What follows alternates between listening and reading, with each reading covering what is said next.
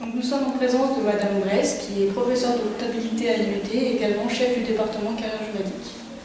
Donc quels sont les objectifs du DUT carrière juridique en général, le principe du DUT? Alors, le principe du DUT, c'est une formation courte, en 2 ans, donc après le bac. Une formation qui va allier les aspects théoriques et les aspects pratiques avec des cours en amphithéâtre et des cours en TD, en petite classe. L'objectif, c'est de professionnaliser les étudiants par rapport à d'autres formations qui sont, elles, plus générales. Lors d'une formation en DUT, interviennent des enseignants universitaires et aussi des professionnels des métiers visés après le DUT en question. D'accord. Et plus particulièrement, si vous auriez une différence entre la fac et le DUT, la licence de droit plutôt. Alors, le DUT carrière juridique, c'est une formation à double compétence en droit et en gestion, contrairement à la licence de droit, alors première et deuxième année, où là, les étudiants ne vont travailler que sur, essentiellement sur du droit. Nous, on a vraiment cette double compétence parce que on pense que c'est un plus sur le marché du travail. Les différences se font aussi dans les volumes d'enseignement. À l'IUT, il y a plus d'enseignement dans la semaine qu'à la faculté, et peut-être un peu moins d'amphithéâtre et plus de TD. En DUT, sur cet aspect toujours professionnalisant, les étudiants vont avoir des projets à mener, projets tutorés, et puis 2 stages qui vont leur permettre de se confronter au monde professionnel. Et les stages de combien de temps? Alors, un stage de 2 semaines en première année, c'est un stage de découverte pour conforter un petit peu son projet professionnel, être sûr que le métier qu'on vise est celui qui va plaire. Et puis, en deuxième année, un stage de 8 semaines, où là, on va demander à l'étudiant vraiment de réaliser une mission, de travailler concrètement dans un service d'une entreprise, au tribunal, dans une administration. Et la deuxième année, apparemment, on peut la faire en alternance aussi? Oui, donc la première année, forcément en cycle initial. Le cycle initial, c'est le cycle classique. Deuxième année, donc possibilité de faire de l'alternance. Donc l'étudiant va consacrer 2 jours à sa formation à l'IUT et 3 jours chez un employeur. Et s'il continue sans être en alternance, apparemment, il existe des options? Alors oui, en deuxième année, il y a des options. 3 options sont proposées aux étudiants. Une option administration publique qui va permettre aux étudiants de préparer plutôt les concours de la fonction publique d'État ou la fonction publique territoriale. On a beaucoup d'étudiants qui choisissent cette option pour préparer des concours de la police ou de la gendarmerie, par exemple. Une option banque-assurance, donc pour les secteurs de la banque, de l'assurance, de la gestion de patrimoine, du notariat. Et puis une option juriste d'entreprise, donc là, secteur privé, les services des entreprises, services contentieux, services recouvrement, services ressources humaines par exemple, services comptabilité aussi. Donc si vous pouviez nous dire quels sont les débouchés, les poursuites d'études après le DUT. Alors les débouchés et poursuites d'études sont variés, puisque justement on a une formation à double compétence, droit et gestion.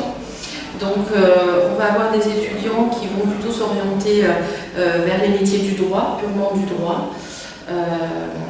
Des étudiants qui vont s'orienter vers des métiers purement de gestion et d'autres sur des métiers qui sont à la limite entre le droit et la gestion.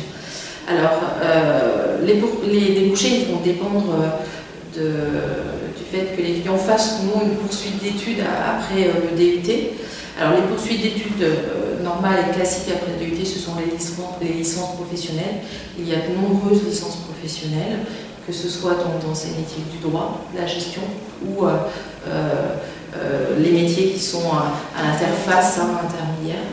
Alors les métiers du droit, par exemple, des licences professionnelles, assistants juridiques, qui vont permettre ensuite aux étudiants de travailler, par exemple, dans des cabinets d'avocats. Des exemples de licences professionnelles en gestion, on a des licences professionnelles sur les métiers de la comptabilité, pour travailler donc, en tant que comptable, soit dans des cabinets comptables, soit dans des services comptables d'entreprise.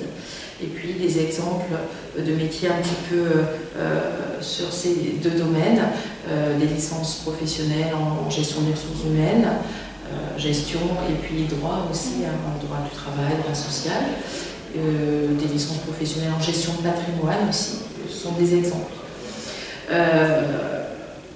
L'étudiant peut aussi poursuivre dans d'autres domaines, enfin pas dans d'autres domaines, dans d'autres types de formations. Par exemple, rejoindre la licence de droit dont on a parlé tout à l'heure, même si ce n'est pas notre objectif de départ, nous c'est l'insertion professionnelle à Bac+3. Alors c'est sûr que s'il rejoint la licence de droit, eh bien derrière, il va pouvoir accéder au métier, au débouché, après licence, master 1, master 2 éventuellement. Je vais parler aussi tout à l'heure d'une licence qui est, quand j'ai donné l'exemple sur les métiers du droit, j'étais assistant juridique, il y a aussi une licence professionnelle métier du notariat. Qu'est-ce que vous, en DUT carrière juridique, vous recherchez chez les lycéens? Alors nous, lors de notre recrutement d'étudiants, on va s'attacher au projet professionnel du lycéen. Alors même si c'est difficile à définir quand on est en terminale, mais c'est vrai que nous on est sur des projets professionnels, comme je vous le disais, à Bac+2, Bac+3, c'est l'objectif du DUT. Donc des métiers qu'on a cités tout à l'heure, assistant ressources humaines, collaborateur de notaire, les métiers de la police par exemple, sont des exemples. On souhaite donner la chance aux étudiants qui ne réussiraient peut-être pas en licence de droit. Et donc ce projet, cette définition de projet, elle est importante et elle est liée à la motivation de l'étudiant. On essaie, dans les dossiers de sélection, de déceler la motivation de l'étudiant. Et puis, bien évidemment, on va quand même regarder le dossier académique, c'est-à-dire les résultats de première et de terminale. Parce que c'est vrai que quand on engage des étudiants dans des études supérieures, eh bien, notre objectif, c'est qu'ils réussissent. Et sinon, comment ça se passe au niveau des évaluations de DUT? Alors en DUT, l'évaluation se base sur le contrôle continu des connaissances.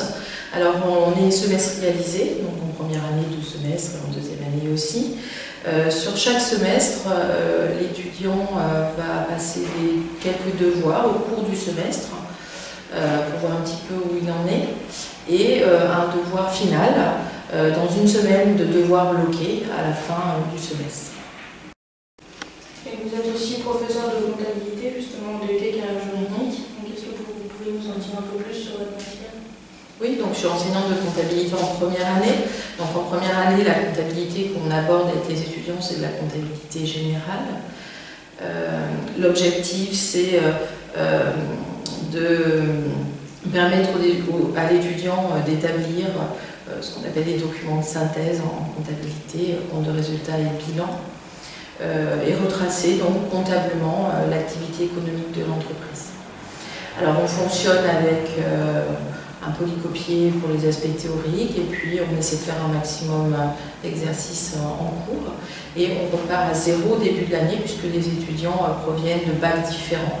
Certains ont peut-être déjà fait un peu de comptabilité, d'autres non. Donc on repart à zéro.